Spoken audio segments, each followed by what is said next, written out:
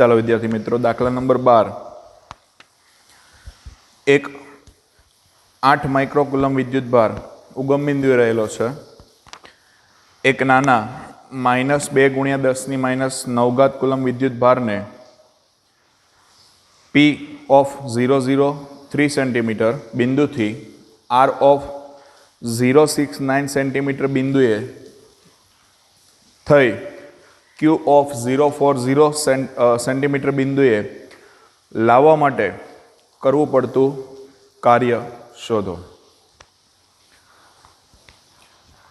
વીજભાર આપી દીધા છે. એમાં એક વીજભાર છે આપણી પાસે 8 માઇક્રોકુલમ છે. બીજો વિદ્યુતભાર આપણને આપ્યો છે એ છે -2 × 10⁻⁹ કુલમ વિદ્યુતભાર. -2 × 10⁻⁹ કુલમ વિદ્યુતભાર છે. આપણે આને પરીક્ષણ વિદ્યુતભાર ગણી દઈએ, જે આપણે માની લો ફેરવીએ છીએ. બરાબર.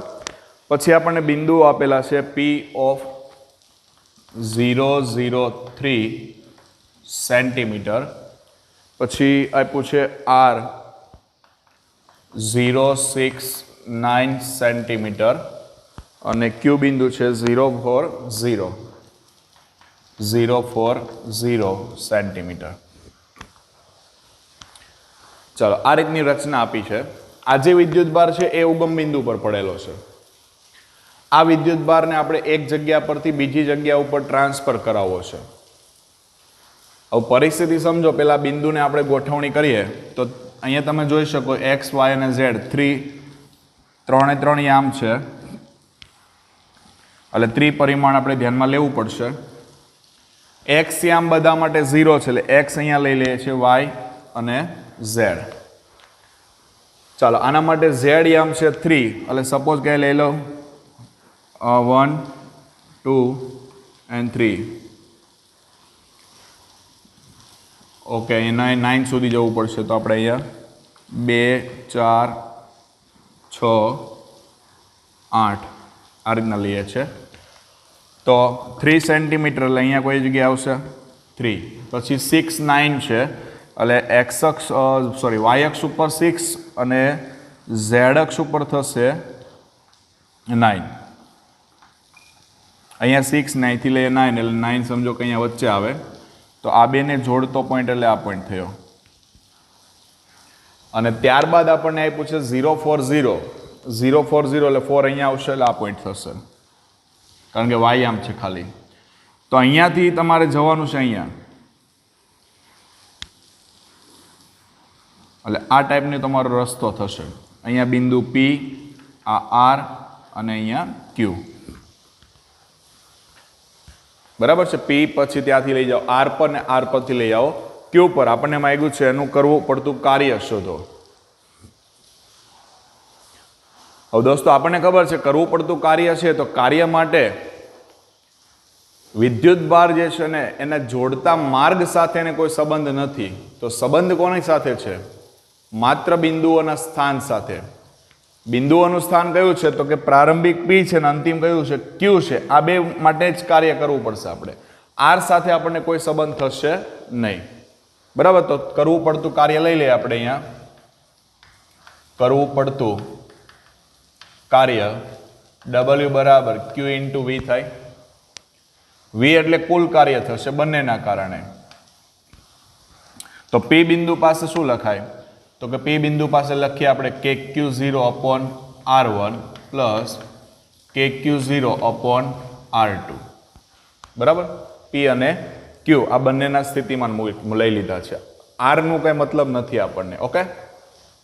હવે જો આમની અંદરથી કોમન નીકળી જાય KQ0, તો KQ0 × Q 1/R1 plus 1/R2. Clear છે? વેલ્યુ એડ કરીએ. R1 અને R2 જે છે ને એને અહીંયા ખાસ તમારે જોવું પડશે. આ 003 સેન્ટીમીટર છે એને આપણે ઘટકોના સ્વરૂપે આપેલું છે. આપણે એનું મૂલ્ય લાવવું હોય તો શું કરીએ? આપણે ઘટકોના વર્ગોના સરવાળાનું વર્ગમૂળ કરીએ. પણ અહીંયા સિંગલ ઘટક છે, તો એનો વર્ગ કરશો ને વર્ગમૂળ કરશો એટલે આન્સર તો એ જ આવશે. સેમ અહીંયા પણ એ જ આવશે. હા, અહીંયા તમે વિચારતા હો તો તમારે શું કરવું પડતે? તો √6² + 9² કરવું પડતે, તો એનો જવાબ તમને કંઈક અલગ મળતે. પણ આ બેમાં તો એઝ ઇટ ઇઝ આવવાનું છે. ઓકે, ચલો કે બરાબર 9 ગુણ્યા 10 ની 9 Q0 બરાબર છે -2 ગુણ્યા 10 ની -9 Q બરાબર 8 ગુણ્યા 10 ની -3 કૌંસ નીચે લખું છું 1 P બિંદુ માટે R1 એટલે 3 સેન્ટીમીટર, સેન્ટીમીટરને મીટરમાં ફેરવો એટલે 3 ગુણ્યા 10 ની -2 પ્લસ અહીંયા 4 છે તો 4 ગુણ્યા 10 ની -2. ઓકે, ચલો આ -9 ને +9 તો કેન્સલ થઈ જશે. 9 ગુણ્યા 2 ગુણ્યા 8 બરાબર 9 દુના 18 અથવા ડાયરેક્ટ પહેલા જ લખી દો 9 માઇનસ થઈ જશે ને કારણ કે માઇનસ લઈ લો 9 ગુણ્યા 2 ગુણ્યા 8 ગુણ્યા 10 ની -3. આ બેમાં તમે જો 10 ની -2 ઘાત છે ઉપર જશે, બેમાંથી કોમન નીકળશે એટલે +2 ઘાત આવશે કોમન. કૌંસમાં 1/3 + 1/4 આપો એનું સાદુરૂપ.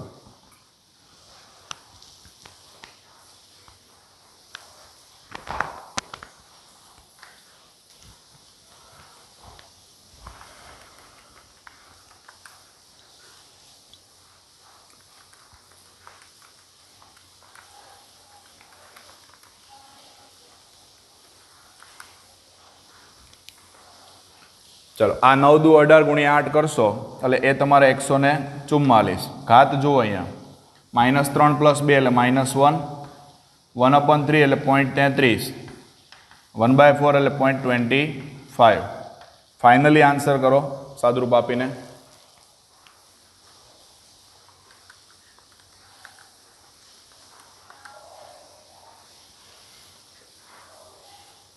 તો એ થશે આપણું 83.52 અને -1 ઘાત છે એટલે -8.352 જૂલ. તો આટલું કાર્ય તમારે એના ઉપર કરવું પડશે. બરાબર છે. અહીંયા આર બિંદુ સાથે આપણને કોઈ સંબંધ નથી કારણ કે માત્ર આપણે થિયરીમાં ભણ્યા છીએ. કરવું પડતું કાર્ય કોના ઉપર આધાર રાખશે? માત્ર બિંદુઓના સ્થાન પર. એને જોડતા માર્ગ સાથે એને કોઈ સંબંધ છે નહીં. ઓકે, ચાલો નેક્સ્ટ. બી બાજુવાળા એક ઘન એના દરેક બિંદુએ વિદ્યુતભાર Q છે. વિદ્યુતભાર એના તંત્રને લીધે ઘનના કેન્દ્ર પર સ્થિતિમાન અને વિદ્યુત ક્ષેત્ર શોધો. બી બાજુવાળો ઘન કીધો છે આપણને, સમઘન. ચાલો પહેલા સમઘન એની રચના જોઈએ.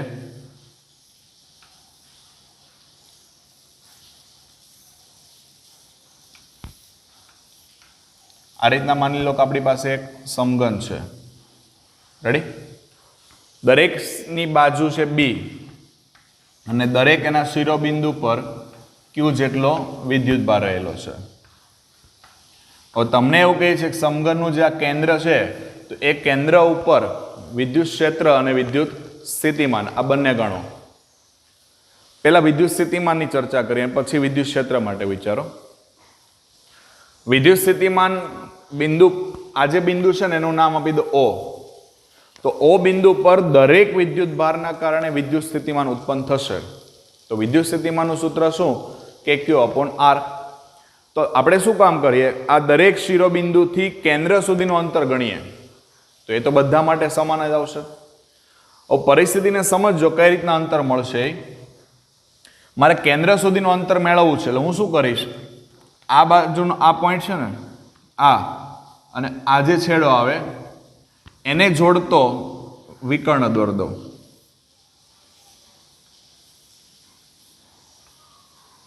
એટલે આને કહેવાય સમઘનનો વિકર્ણ. શું કહેવાય? સમઘનનો વિકર્ણ. સમઘનનો જે વિકર્ણની લંબાઈ મળે એ લંબાઈને આપણે અડધી કરી દઈએ એટલે આપણને શિરોબિંદુથી લઈ અને કેન્દ્ર સુધીનું અંતર મળશે. હવે એના માટે પાછો બીજો એક રસ્તો કરવો પડશે. સમતલનો વિકર્ણ લઈ લો અહીંયા. બરાબર? આ સમતલનો વિકર્ણ, આ બાજુની લંબાઈ આવી, એટલે તમે ત્રાસી રીતે જોશો ને તો કાટકોણ ત્રિકોણ દેખાશે તમને. જો અહીંયા આ જે એંગલ બતાય છે ને તમને, આ એંગલ તમારો શું થાય? કાટકોણ ત્રિકોણ થાય. તમે ઘરે ટ્રાય કરજો. ઘરની ઓરડાની અંદર કોઈ એક ઊભી બાજુ લેજો, નીચે જે ફ્લોર આવે ને એમાં ક્રોસ લેવાનું. બરાબર, નીચે ફ્લોર આવે એમાં ક્રોસ એટલે વિકર્ણ થઈ ગયું નીચેના સમતલનો, ઊભી બાજુ નીચે ક્રોસ એટલે કાટકોણ ત્રિકોણ બને, અને વચ્ચેથી આમ તમે ત્રાસી રેખા દોરો કર્ણ એટલે એ આપણો સમઘનનો વિકર્ણ કહેવાય. દરેક બાજુની લંબાઈ a છે, સોરી b છે. આ b તો આ કેટલા થાય? √2b થાય પાયથાગોરસના પ્રમેય પ્રમાણે.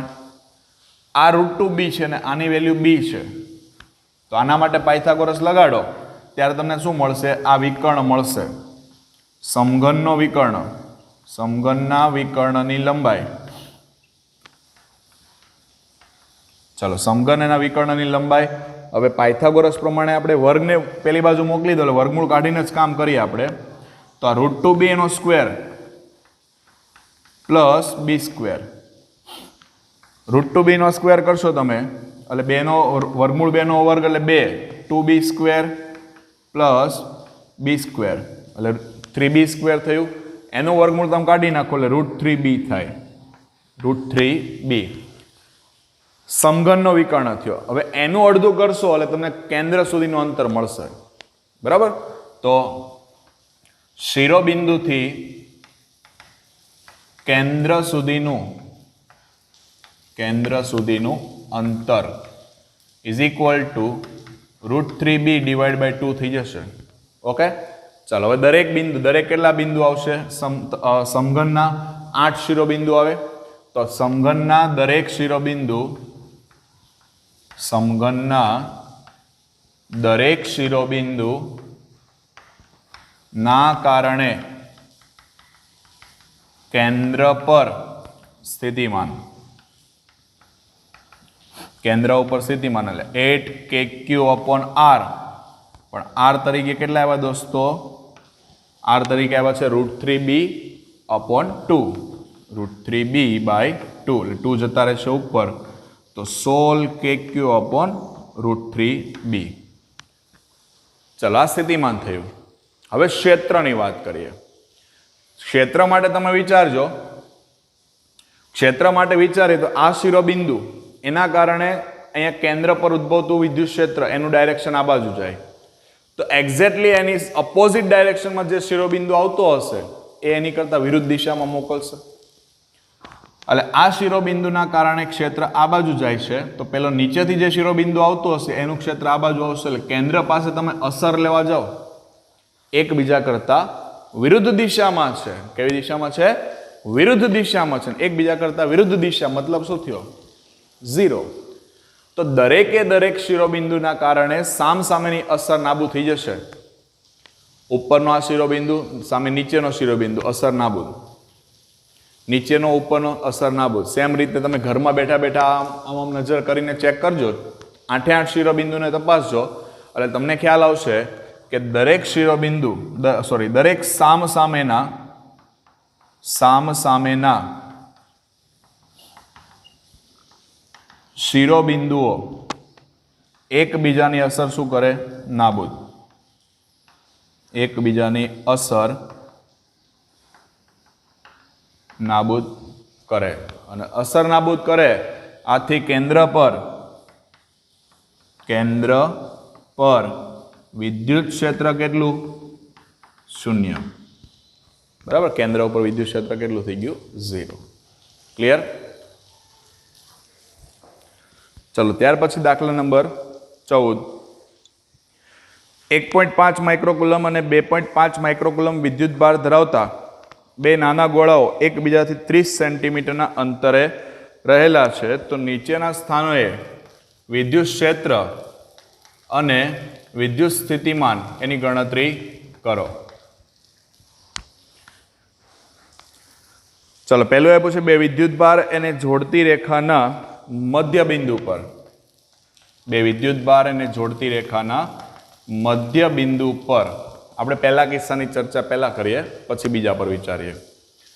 બે વીજભાર છે, બંને એકબીજાથી 30 સેન્ટીમીટરના અંતરે છે અને નાના ગોળાઓ છે. એટલે અહીંયા આપણે ગોળાની રચના વિચારીએ. અહીંયા Q1 Q2 બંને વચ્ચેનું ડિસ્ટન્સ છે આ 30 સેન્ટીમીટર. તમને એમ કીધું છે બંનેને જોડતી રેખાના મધ્ય બિંદુ પર. મધ્ય બિંદુ એટલે આ થયું P. તો આ ડિસ્ટન્સ થયું તમારું 15 સેન્ટીમીટર, આ પણ થયું 15 સેન્ટીમીટર. બંને વિદ્યુત ભારના કારણે કેન્દ્ર પર મધ્ય બિંદુ પર ઉદ્ભવતું સ્થિતિમાન કેટલું? તો અહીંયા પી બિંદુએ સ્થિતિમાન લઈએ તો બંનેનો શું કરવો પડે? સરવાળો. તો લખી શકાય મધ્ય બિંદુએ સ્થિતિમાન is equal to V is equal to V1 plus V2. બંનેનું કારણ થશે. ઓકે, ચાલો બંને માટે સૂત્ર લઈએ કે Q1 અપોન R. ડિસ્ટન્સ તો સેમ જ છે એટલે હું R જ રાખું છું, પ્લસ કે Q2 અપોન R, જેથી આપણે બંનેમાંથી કોમન કાઢી શકીએ. કે અપોન R કોમન લઈ લો, Q1 પ્લસ Q2. કે બરાબર 9 ગુણ્યા 10⁹. R કેટલા છે? બેયનું 15 સેન્ટીમીટર, એટલે 15 ગુણ્યા 10⁻². વીજભાર એક છે 1.5, બીજો વીજભાર છે 2.5. બંને માઇક્રોકુલમ છે, બરાબર? બંને કેવા છે? માઇક્રોકુલમ છે, એટલે બંનેની 10⁻6 કોમન કાઢી લઈએ. આપી દો સાદુરૂપ. આ 1.5 પ્લસ 2.5 એટલે આ થઈ ગયા 4. 4 ગુણ્યા કેટલા કરવાના? 9. 9 ચોક 36. 36 ભાગ્યા 15 કરવાના.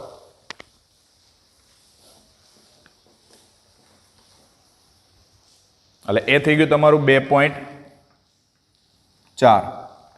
હવે ઘાતનું બેલેન્સ કરો. ઘાતનું બેલેન્સ કરશો તો અહીંયા -6 છે, આ -2 ઉપર આવશે એટલે 11 ઘાત થઈ. 11 માંથી 6 જાય એટલે 5 ઘાત, આટલા વોલ્ટ. બરાબર? આ સ્થિતિમાન થયું. હવે સેકન્ડ પોઈન્ટ આપણને આપ્યો છે,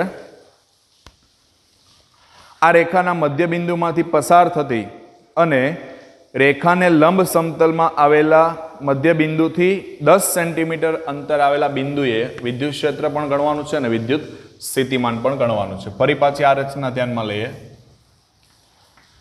Q1 Q2. હવે આને લંબ કીધું છે, મધ્ય બિંદુમાંથી પસાર થતું હોય અને 10 સેન્ટીમીટર દૂર 10 સેન્ટીમીટર દૂર આવેલા બિંદુએ આપણે વિદ્યુત ક્ષેત્ર અને વિદ્યુત સ્થિતિમાન જોઈએ છે. અત્યારે તમે જો અહીંયા રેખા પર જ હતું બિંદુ, મધ્ય બિંદુ. હવે ક્યાં છે? રેખાથી 10 સેન્ટીમીટર છે. તો આના કારણે અહીંયા ઉદ્ભવતું વિદ્યુત ક્ષેત્ર, એનું ડાયરેક્શન આ જાય, આને કહીએ E1. તો આના કારણે જે વિદ્યુત ક્ષેત્ર આવશે એનું ડાયરેક્શન આ બાજુ આવશે.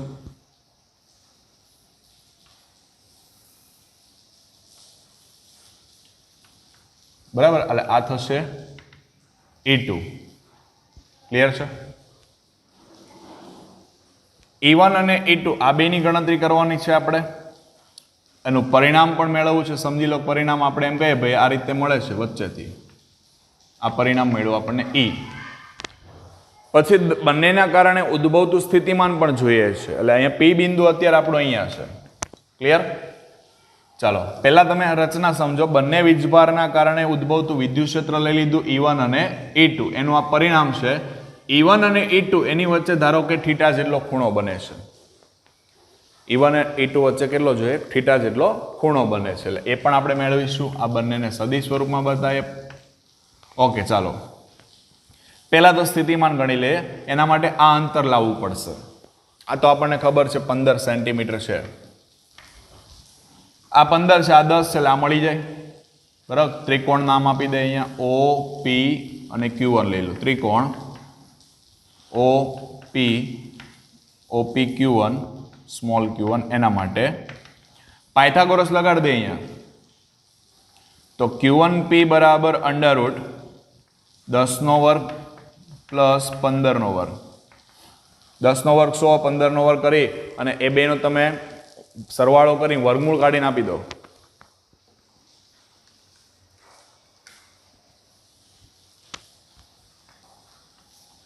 સો પ્લસ 225, 225 પ્લસ 100 એટલે 325. 325 નું વર્ગમૂળ કાઢી દો એટલે એ થયું તમારું 18.02. એટલે આપણે 18 લખીએ 18 સેન્ટીમીટર. એટલે આ કેટલા આવી ગયા? 18 સેન્ટીમીટર. ઓકે, ચાલો હવે તમને સ્થિતિમાન ખબર પડી જશે. Q1 અને Q2 ના કારણે ઉદ્ભવ, Q1 ના કારણે લઈ લે પહેલા, અથવા તો બંનેનો તમે સરવાળો પણ કરી દો ડાયરેક્ટ, એટલે બંનેનું મળી જશે. Q1 અને Q2 ના કારણે ઉદ્ભવતું સ્થિતિમાન. ચલો બંનેના કારણે છે એટલે V બરાબર ફરી પાછું V1 પ્લસ V2. તો V1 બરાબર K, ડિસ્ટન્સ સેમ છે બેનો એટલે અંતર કોમન કાઢી લઉં છું, Q1 પ્લસ Q2. K બરાબર 9 ગુણ્યા 10 ની 9, અંતર હવે થશે 18, 18 ગુણ્યા 10 ની -2, વીજભાર છે 1.5 પ્લસ 2.5 ગુણ્યા 10 ની -6, ફરી પાછું કૌંસની અંદર 4 આવી ગયા, 9 ચોક 36, 36 ભાગ્યા 18, 18 દુના 36, 2 ગુણ્યા 10 ની 5 ઘાત વોલ્ટ. આ સ્થિતિમાન થઈ ગયું. હવે Q1 ના કારણે વિદ્યુત ક્ષેત્ર અને Q2 ના કારણે વિદ્યુત ક્ષેત્ર ગણીએ અલગ અલગ. Q1 ના લીધે P બિંદુએ વિદ્યુત ક્ષેત્ર E1 બરાબર K Q1 અપોન ડિસ્ટન્સ થશે Q1P એનો સ્ક્વેર. જોકે અંતર તો બંને માટે સેમ જ છે એટલે કોઈ માથાકૂટ નથી. કે 9 ગુણ્યા 10 ની 9, Q1 બરાબર 1.5 10 ની -6, ડિસ્ટન્સ 18 ગુણ્યા 10 ની -2 એનો સ્ક્વેર. આપો સાદુરૂપ.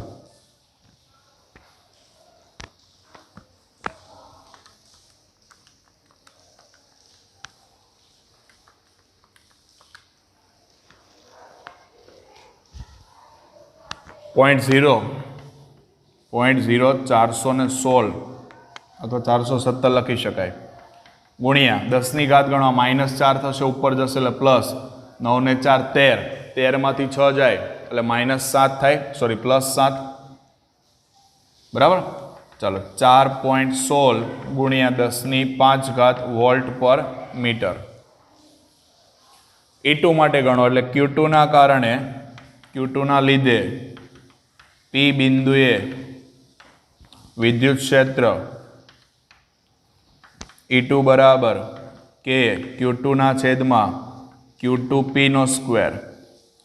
K બરાબર 9 ગુણ્યા 10 ની 9, પેલું 2.5 ગુણ્યા 10 ની -6, ફરી પાછું 18 10 ની -2 નો સ્ક્વેર.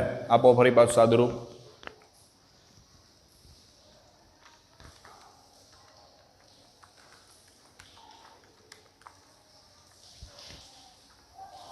તો એ થઈ જશે તમારું 0.0694 ઇન્ટુ 10 ઘાત તો એના જેમ જ થવાની છે 10 ની 7 ઘાત,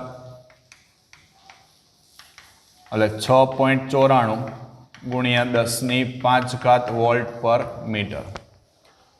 ચાલો આ તો બંને વિદ્યુત ક્ષેત્ર E1 અને E2 મળ્યા દોસ્તો. હવે એનું પરિણામ લાવવું પડશે આપણે. પરિણામ મેળવવું છે તો પહેલા તો બે વચ્ચે કેટલાનો ખૂણો છે એ જાણવો પડે.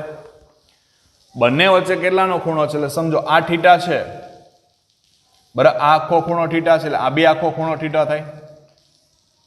આ આખો ખૂણો કેટલો થાય? થીટા. પણ આપણે અડધો ગણીને કાઉન્ટ કરીએ તો કેટલા થાય? θ/2.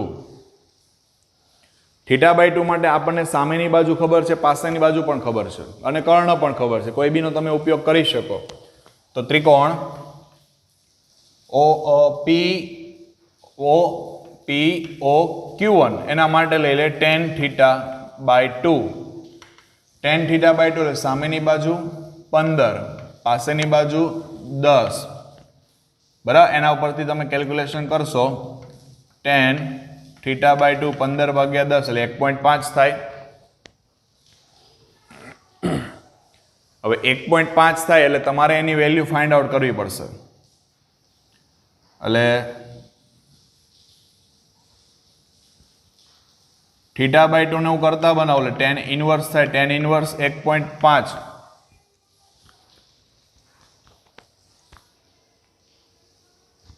આ વેલ્યુ તમારે લોગ ટેબલની અંદર જાતે ગોતવી પડશે. એટલે આ જે વેલ્યુ તમારી આવશે ને એ વેલ્યુ તમારી 10 ની અંદર તમે ગોતી લેશો તો એ તમને મળી જશે 56.3 સમથિંગ, બરાબર. 56.3. કોના બરાબર થીટા બાય 2 તો થીટા બરાબર 2 પાછા ઉપર જશે 56.3 ગુણ્યા 2 એટલે 112.6 આટલો ખૂણો થયો આપણે 112.6 ડિગ્રી રેડી ચાલો હવે E1 ખબર છે E2 ખબર છે થીટા ખબર છે પરિણામ લઈએ પરિણામી વિદ્યુત ક્ષેત્ર E બરાબર under route E1 square plus E2 square plus 2E1 E2 cos theta મૂકો ચાલો E1 બરાબર E1 કેટલા આવ્યા 4.16 ગુણ્યા 10⁵ એનો સ્ક્વેર પ્લસ 6.94 ગુણ્યા 10⁵ એનો સ્ક્વેર પ્લસ 2 ગુણ્યા 4.16 ગુણ્યા 10⁵ into 6.94 10⁵ cos 112.6 step by step બંનેના વર્ગ કરતા જાઓ ને સાદુરૂપ આપીએ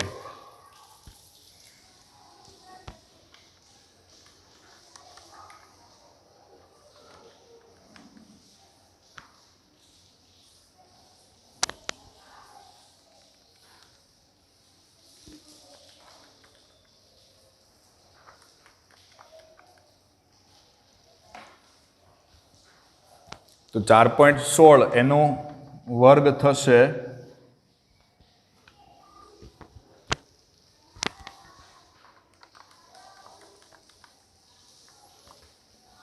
એ થશે 17.3056 ગુણ્યા 10⁻10 પ્લસ 6.94 48.1636 10⁻10 આનો ગુણાકાર કરીએ અને કોસ 112.6 ની પછી વેલ્યુ ગણીએ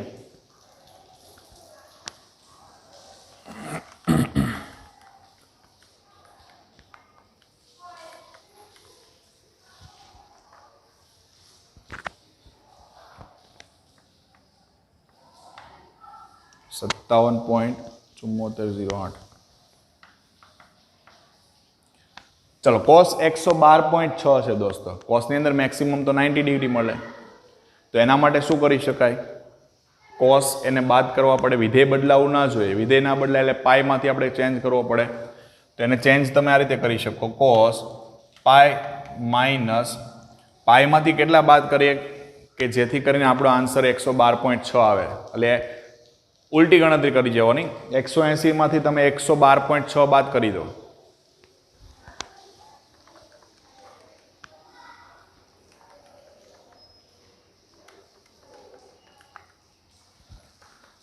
એટલે 67.4 થાય એટલે આ રીતે લખાય 67.4 પણ પાઈ માંથી બાદ કરશો એટલે બીજું ચરણ જશે ને બીજામાં કોસ ઋણ છે એટલે અહીંયા તમારે લેવું પડશે આ પ્લસ હતું એનું ચેન્જ કરી દો માઇનસ અહીંયા મેં માઇનસ કરી દીધું કોસ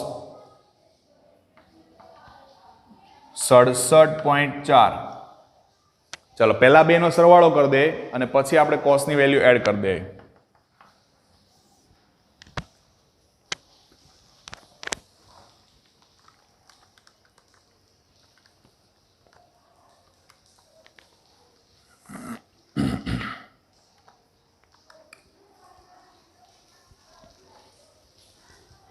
તો એ થશે 65.4692 ગુણ્યા 10⁻10 માઇનસ કોસ 67.4 ની વેલ્યુ તમે પાછું કોષ્ટકની અંદર ચેક કરો તો એ આવશે તમારી 0.3843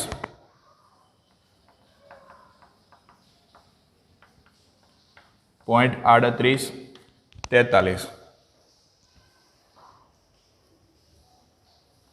અહીંયા જો ઘાત લખવાની બાકી છે દોસ્તો આ બેની 5 ઘાત આની 5 એટલે એ થશે મલ્ટીપ્લાય બાય 10⁻10 એટલે અહીંયા પણ 10⁻10 આવશે આપી દો સાદુરૂપ આ બેનો જે ગુણાકાર આવે એ ગુણાકાર તમારે આમાંથી બાદ કરવાનો છે બાદ કરીને પછી એનું વર્ગમૂળ કાઢશો અને 10 નું વર્ગમૂળ કાઢો એટલે 10 5 થશે. પેલી બાદબાકી કરો અને વર્ગમૂળ કાઢો.